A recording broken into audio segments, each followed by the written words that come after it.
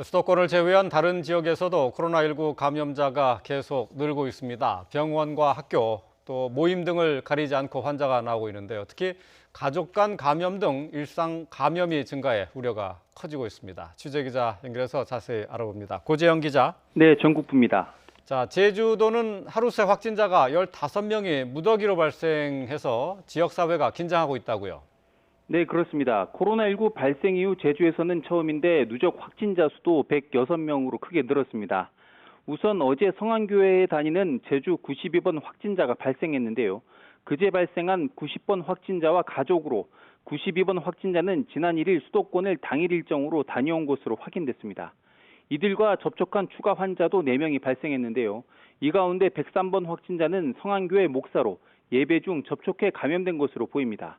또 106번 확진자는 다른 선교회 교인입니다. 92번 확진자가 다니는 복지관 직원 1명도 포함됐습니다.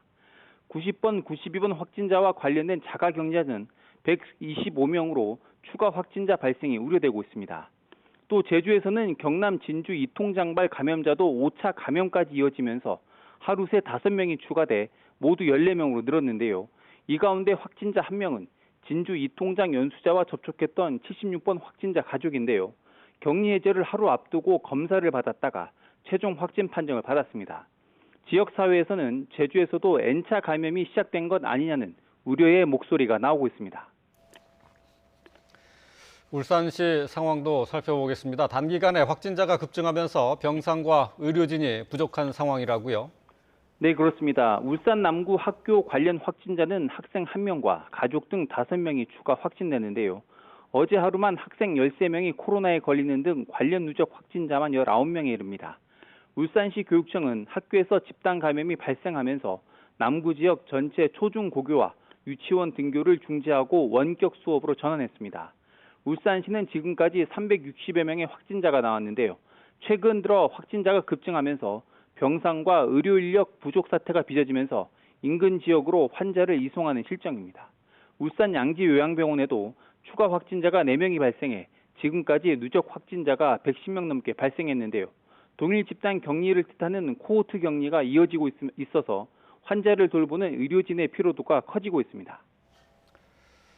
네, 함께 생활해서 밀접 접촉이 많을 수밖에 없는 가족 간의 감염도 이어지고 있죠.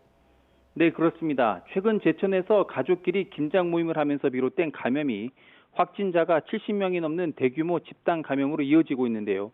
이처럼 전국에서 가족 간 감염과 소모임 감염이 잇따라 발생하고 있습니다. 부산에서도 그제 하루 발생한 확진자 33명 중 18명이 가족에게서 감염된 경우였습니다. 이 가운데에는 3대가 가족 모임을 했다가 8명이 확진됐습니다.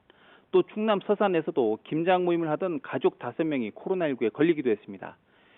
코로나19 때문에 최근에는 가족끼리 실내에서 생활하는 경우가 많은데요. 최근 확진자 수가 느는 상황에서 먼저 감염된 가족이 다른 가족을 감염시키는 것입니다. 이 때문에 집안에서도 환기와 소독을 하면서 기본적인 방역수칙을 지켜야 합니다. 또 강릉에선 악기교습 강사와 관련한 확진자 5명이 발생하는 등 소규모 모임 감염도 이어지고 있습니다. 방역당국은 친지 가족 모임은 취소하고 사람 간 접촉을 줄이는 것이 최선의 방역이라고 강조하고 있습니다. 지금까지 전국부에서 전해드렸습니다.